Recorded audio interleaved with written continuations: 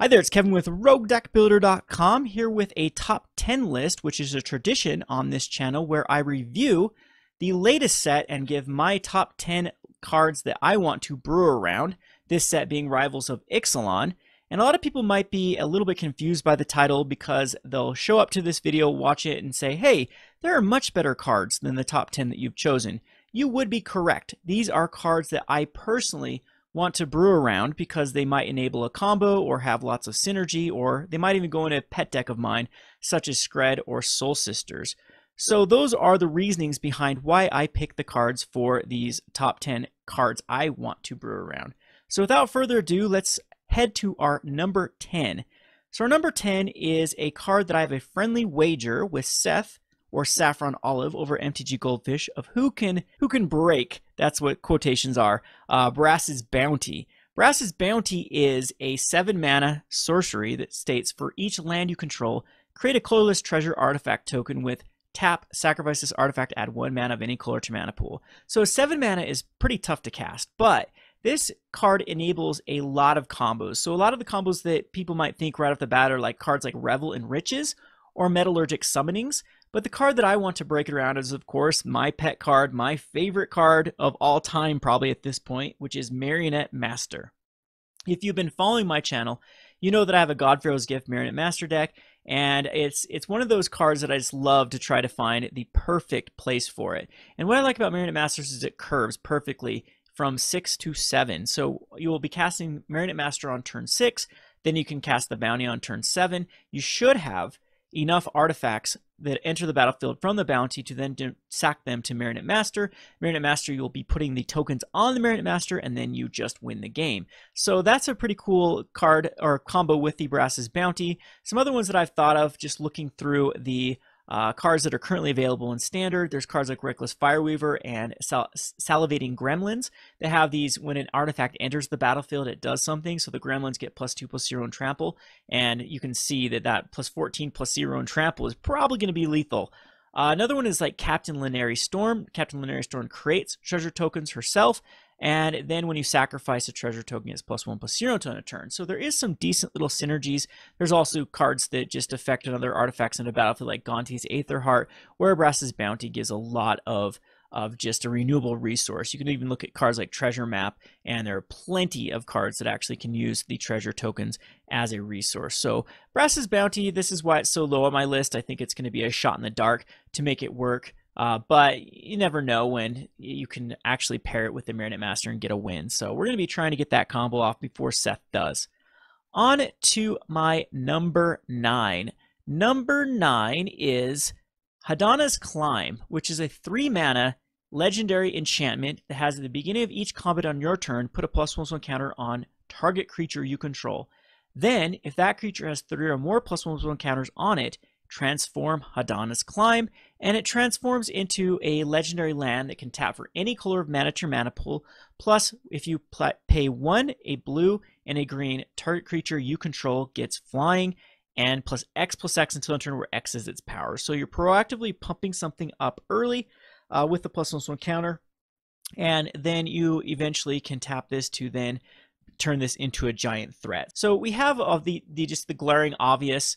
This could go in a Sultai list of just the good old +1/+1 counters with the Winding Constrictor or the Metallic Mimic being like the Lord, the +1/+1 counter Lord. You have other cards like Rishkar that put +1/+1 counters on things, as well as the Verdant Gerehulk.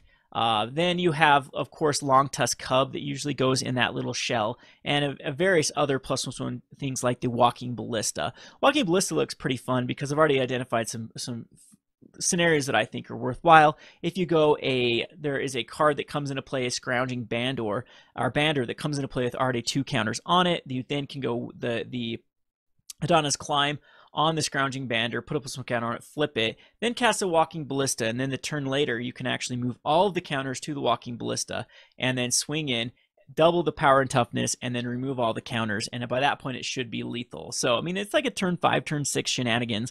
Same sort of scenario can be had with like the Winding Constrictor. This card also works really well with like a Deep Root Champion because you get the counter immediately on the Deep Root Champion when you cast a Hadana's Climb, plus during that combat you'll put another counter on the champion, and if you've cast any other spell later on, you're going to be able to easily flip the Winged Temple of Vraska, and then you'll have a Deep Root champion that's getting big. It does need some evasive, so you can then give it +X+X. Speaking of Merfolk, there are just tons of Merfolk, tons of the new cards out of the Rivals of Ixalan pair well with this, and we still have a pretty decent +1/+1 strategy from Aether Revolt. Some of my favorite cards is the animation module. Animation module seems pretty fun with like the Winged Temple of Vraska, as it does allow you to whenever you put a +1/+1 counter on a creature, then you can create a servo token. So you can actually make this card not flip and then just keep having a renewable resource, kind of like the Hidden Stockpiles works.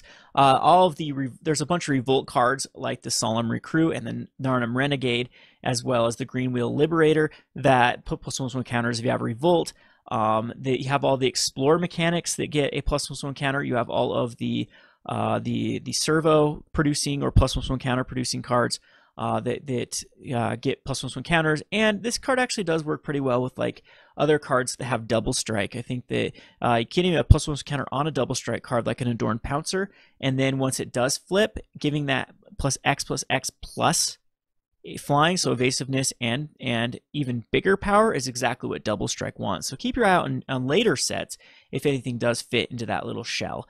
On to our number 8. Our number 8 is a card that I think is very underrated, and this one's Pirate's Pillage. This one is a 4 mana. You, as additional cost to cast Pirate's Pillage, you discard a card, and then you draw 2 cards and create 2 colorless treasure artifact tokens with tap, sacrifice, add 1 mana of any color mana pool. This card reminds me of something like when Tormenting Voice meets Seething Song.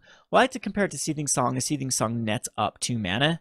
And this Pirate's Pillage eventually will net you up 2 mana. So you're going to cast it on turn 4. If you drop a land on turn 5, you'll have 7 mana available. Well, there does happen to be some pretty decent 7 mana spells. One's being the new Elder Dinosaur out of blue. So if you're in like a blue-red control shell, this could easily work out in it. And we still have Swarm Intelligence that works in like a spell-based strategy, which I think Pirate's Pillage is perfect for. And then you have Star of Extinction, which I think this is a great curve to go Pirate's Pillage into Star of Extinction. So you can wipe the board, get rid of a land your opponent has, and then you're pretty well set up after that. But the card it really shines with is like Nicol Bolas. This is a turn 5 Nicol Bolas, as well as digging for it. So I'm thinking that this card does enough for its heavy converted mana cost of 4. Again, any card that uses the treasures as a renewable resource, like the treasure map, or even like Tezzeret the Schemer or Tezzeret Master of Mettle, you can still have the Mechanized Production, the Marionette Master, the Revel in Riches type things, or the Captain Linary Storm or Reckless Fireweaver. All of those, the 2 artifacts coming into play, might be worthwhile to just jam that in the deck. Where I really like this card, though, is I've been waiting and waiting and waiting to find a good non-creature spell that puts in artifacts for the Indomitable Creativity. So I think this pairs perfectly with Indomitable Creativity. I had a deck with Gearhulks back in the day that used Indomitable Creativity plus Cathartic Reunion plus Tormenting Voice plus the Refurbish to try to get Gearhulks back. Well, Pirate's Pillage is a generator for 2 artifacts for Indomitable Creativity to actually use, plus it's a Tormenting Voice. So you're going to be able to throw stuff in your graveyard that you can refurbish back, or just dig deeper for the cards you need, and then you have 2 artifacts ready to be sacrificed for the Indomitable Creativity to get the Gearhulks. So that's a pretty neat little interaction. I'm not going to promise anything that it will be playable, but it's definitely a card. There are definitely a combination, the Pirate's Pillage plus Indomitable Creativity, that I absolutely want to brew around. So on to my number 7. My number 7 is actually number 7, number 6, number 5 are all going to be in one kind of package, because I think that they all are going to enable a strategy that we haven't seen for a while, which is green-white tokens. So the first one being Huatli, Radiant Champion, and then the Tendershoot and the Path of Discovery. So let's start with Huatli. Huatli is pretty good because it has a +1, put a loyalty counter on it, on Huatli for each creature you control. So it's kind of like the reverse Gideon, the Gate Crash Gideon that existed. This one's a lot easier to enable because you are the deck that can dictate how many counters goes on the Huatli. I kind of wish that this existed with all the Eldrazi Scions, because there's a lot of cool cards that could just pump out Eldrazi Scions. But nonetheless, there's still a lot of cards that interact quite favorably with Huatli. Tendershoot is one of those. Tendershoot will put out itself and then put out a sapling every upkeep. So you get one during your opponent's upkeep and your upkeep, and then once you have the the city's blessing, you will also those tokens will then be pumped up. So they kind of synergize well together. They're on curve together as well, 4 into 5. And then the Path to Discovery. This one's really, really cool if you are running a strategy that does want a lot of creatures, because when those creatures come into play, they explore. That's what's kind of cool about this Path of Discovery, is it doesn't read when a non-token creature, it reads whenever a creature. So there's some loops that can happen, or at least some payoffs. One of those is animation module. Animation module, I talked about this earlier in one of the other cards. This one actually works well with Path of Discovery. If you have animation module out and then a creature comes into play, you can pay 1 more to create a servo, because a +1 counter card will most likely go on that, or otherwise you're going to get a land. And then you will have another creature into the battlefield, which will then explore, and it will cause this loop for as long as you have that 1 mana to continue to pay for it. You'll be able to basically, and explore is kind of cool too, because you can leave that card on top of your library. So you can, once the chain, basically you don't have a land on top, you can just keep doing this for as many mana as you have. So that's a cool little interaction with animation module. You can even think about this card with like Oketra's Monument, or even like the servo enablers like Servo Exhibition and Shramp's Expertise. Both those will explore 2 or 3 times each. We have the Anointed Procession, which is still in this mix in Standard, and the Angel of Invention, Regal Caracal, Cultivator Blades. All of those at least are going to create a 3-for-1. And then all of them will explore. So I'm a little bit disappointed there wasn't more to do with explore. The only things that really care about explore right now in the Standard is the Wild Growth Walker, which I actually do like though, because it's going to also get a +1 counter and gain 3 life. So this will be kind of your stabilizer versus those mono red or other aggro-based strategies. And then we have the Lurking Chupacabra, which will give target creature opponent controls -2/-2 whenever you explore. But beyond that, there just isn't much to do. There's a Shadowed Caravel, which gets a +1 counter every time a creature you control explore. You can see a lot of those do have some synergy with the animation module, though. Be looking for green-white tokens. They'll be one of the very first decks that I try to brew with. All right, so on to my number 4. Number 4 is a card that might be a little bit too tough at the moment, because I was surprised at how little we actually have in the form of enablers for this card. And this is the Path to Discovery. So the Path to Discovery is a 2 mana. When it enters the battlefield, it deals 1 damage to each creature that doesn't have First Strike, Double Strike, Vigilance, or Haste. But whenever you attack with at least 2 creatures that have First Strike, Double Strike, Vigilance, Haste, transform Path to Mettle. So it's very easy just to attack in with 2 of these hasty creatures, for example, and then you transform it. And where I really like this card is it does everything that you want it to do once it transforms. It adds 1 mana of any mana to your mana pool, so it can actually be used to ramp up. Like you can actually attack in and then get a Glorybringer out the next turn because you have enough ramp. And then it can 2 and tap to have it deal 2 damage to each opponent. So it's got that sort of ramming up effect, where we know that it's ramming up to put red on the map, because red tends to peter off, and that's exactly what red-white does as well. It can peter off and you can't get in there for that last bit of damage. These sorts of cards are miserable for control decks because it's a shock per turn, and they can't be taken that before it's very tough for them to stabilize and be taking the rest of that damage. So, and then 3 mana, you can choose and tap it. You can choose a creature at random that attack this turn and destroy that creature. So against bigger decks that are only attacking with one or 2 creatures, this is perfect for a way to protect yourself late game. Currently, though, there isn't the greatest amount of enablers. We get some from the new set.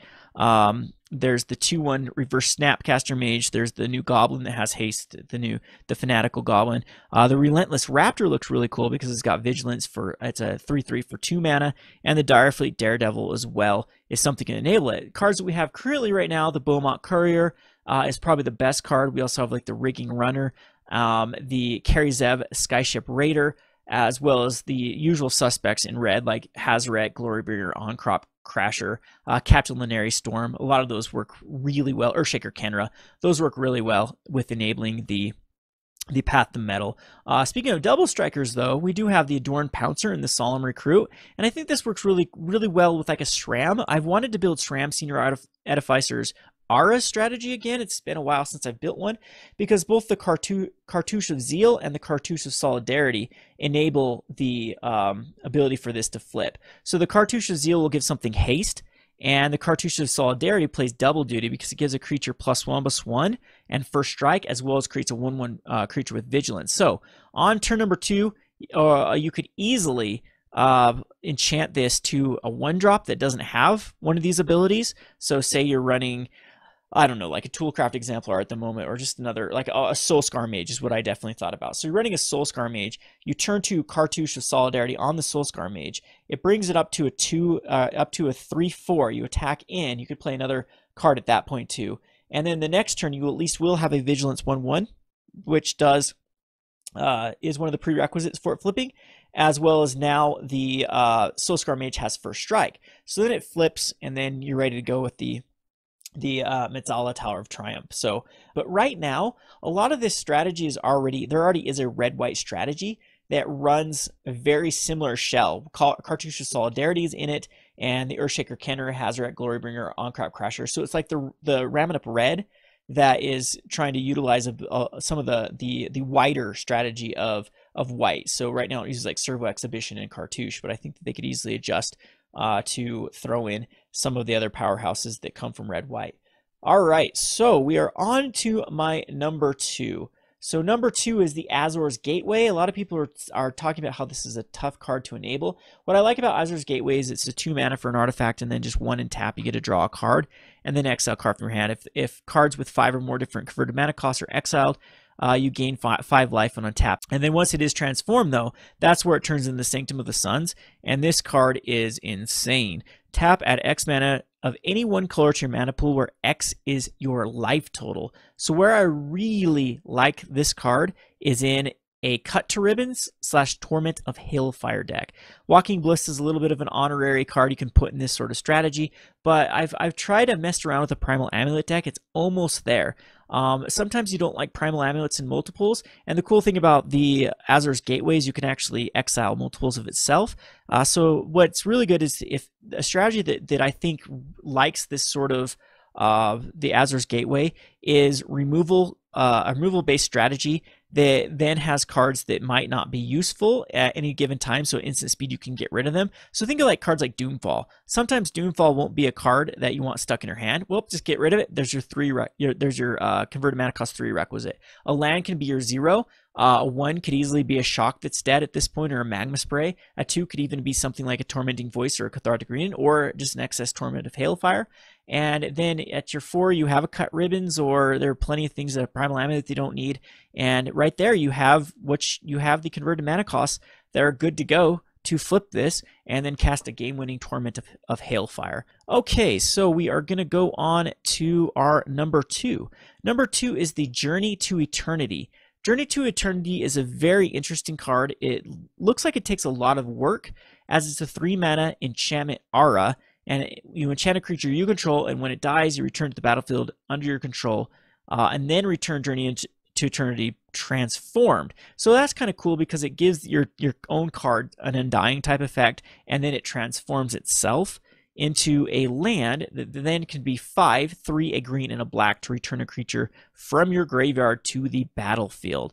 That is a very, very powerful effect in a black-green rock type strategy. So right now in Standard, we're lacking a lot of cards that can sack themselves, and we're also lacking a lot of decent sack outlets. Like right now, the best cards that we have for sack outlets are something like Defiant Salvager or Yahini Undying Partisan. Bond of the Glorified is a little bit awkward because you have to spend 2 mana in it. Then we have cards like Morbid Curiosity and Costly Plunder that can kill creatures, or Hidden Stockpile. But again, you have to sink some mana into those. We do have a lot of cards that get a lot of value when they come into play. So cards like Hostage Taker or Gonti, Lord of Luxury, or even a card like Treasure Keeper, when it dies, it gets value out of it. So I think that we're okay with on that. The new Chupacabra, the Double Door Explorer, those type of cards I think are great with the At's Call Cave of Eternity once it does, or the Journey to Eternity. And it's just these are cards that they're great just to keep returning back to the battlefield every turn to get more and more value. Where this card does shine though is I do think that it is a Birthing Pod Light type card in Modern. So we already have the Shell of Viscera. We already have like cards like Secura Tri-Builder or Safi's Eric's Daughter or Kasali Pride Mage. all of those are cards that can easily sacrifice themselves and get, or sacrifice something else and get a lot of advantage out of it. Secure Tri-Builder even looks very, very promising because it curves perfectly. So you have turn 2 Secure Tri-Builder, turn 3 you put on the Journey to Eternity, you sack the Secure Tri-Builder, you get a land, it comes back, you can sacrifice it again, get another land. You now have your Journey to Eternity flipped as another land. So that's 3 lands that you got on that land, plus your normal drop. You're up to 6 mana. So you're up to 7 mana for your next turn. So it wouldn't even be out of the question then at that point that you can start casting those Primeval Titans or anything else that might be the reason why you're running that sort of strategy. Now, on to my number one. My number one should not be surprise anyone if you've been listening to me just rant and rave and just kind of schoolgirl about how excited I am for Etali Primal Storm. This card is just a card that I am so happy I have the option to play with in Commander. We'll get to the Commander aspect of it in a second. I think this card is actually playable in Standard. We do have some enablers for it. Of course, I'd want something like Generator Servant. That'd be the best one. We have Bloodlust Insider and Otepic Huntmaster that both can give it haste. The Huntmaster also reduces the mana of it. We also have Samut and Regisar Alpha. Both of these are going to be on curve. The Samut especially, you can flash it in a turn and then hardcast Etali. And then you're attacking in with the Etali and getting the value immediately. The Alpha is going to give it haste, so you'll be able to attack in. And once you attack in, you exile the top card of each player's library, and then you can cast any number of those non-land cards, exile this without paying their mana cost. So you can get some really cool things off the top of the library in Constructed, but where this really, really shines is Commander. In Commander, this really feels to me like a Narset Enlightened Master, but you're utilizing your opponent's cards. So I've been a fan of these type of strategies of using my opponent's cards against them. Theta Adele is a deck tech that I've been wanting to do for quite some time, where my only win conditions are usually found in my opponent's deck. The Etali can be used very similarly, and so there are a lot of enablers in Commander that can get Etali out quick enough to then start exiling the top cards of every player's libraries. So in Commander, you can see in a 4-player game, that's 4 cards. In a 5-player game, that's 5 cards. That is going to go insane. That's as good as Narset. And it's the same converted mana cost and a little bit harder to protect, but there's definitely some shenanigans to have. One other card in Standard that does pair with Etali that is worth mentioning, because if you go back to my Pirates Pillage card, I'll probably include a one of this card in the deck, in the Indomitable Creativity deck, and a God Pharaoh's Gift. So the God Pharaoh's Gift can throw this back from the graveyard onto the battlefield as a 4/4 with haste, and then you get value out of it immediately. So that concludes my top 10 list. Like I said, there are plenty of other cards I could have included in this list. Cards like the Piteous Plunderer seem pretty cool with March of Machines, but all in all, I think this top 10 list is pretty solid. There was a lack of white and blue cards. This just wasn't the set for them. A lot of green and red cards, which actually is usually color schemes and ones that are underrepresented in a lot of the top 10 lists I do. So this is good for a change. Anyway, I hope you enjoyed this list, and we will try to brew. I'm going to give you a promise, either for Rogue's Alley or janking off with the Rogue Deck Builder, or just brewing in live streams and whatnot. We're going to try to hit every one of my top 10 list cards and brew a record around them. It won't go in any particular order. I don't know which one I'll start with, but be looking forward on my channel to seeing these brews. This is Kevin with RogueDeckBuilder.com. Thanks for watching.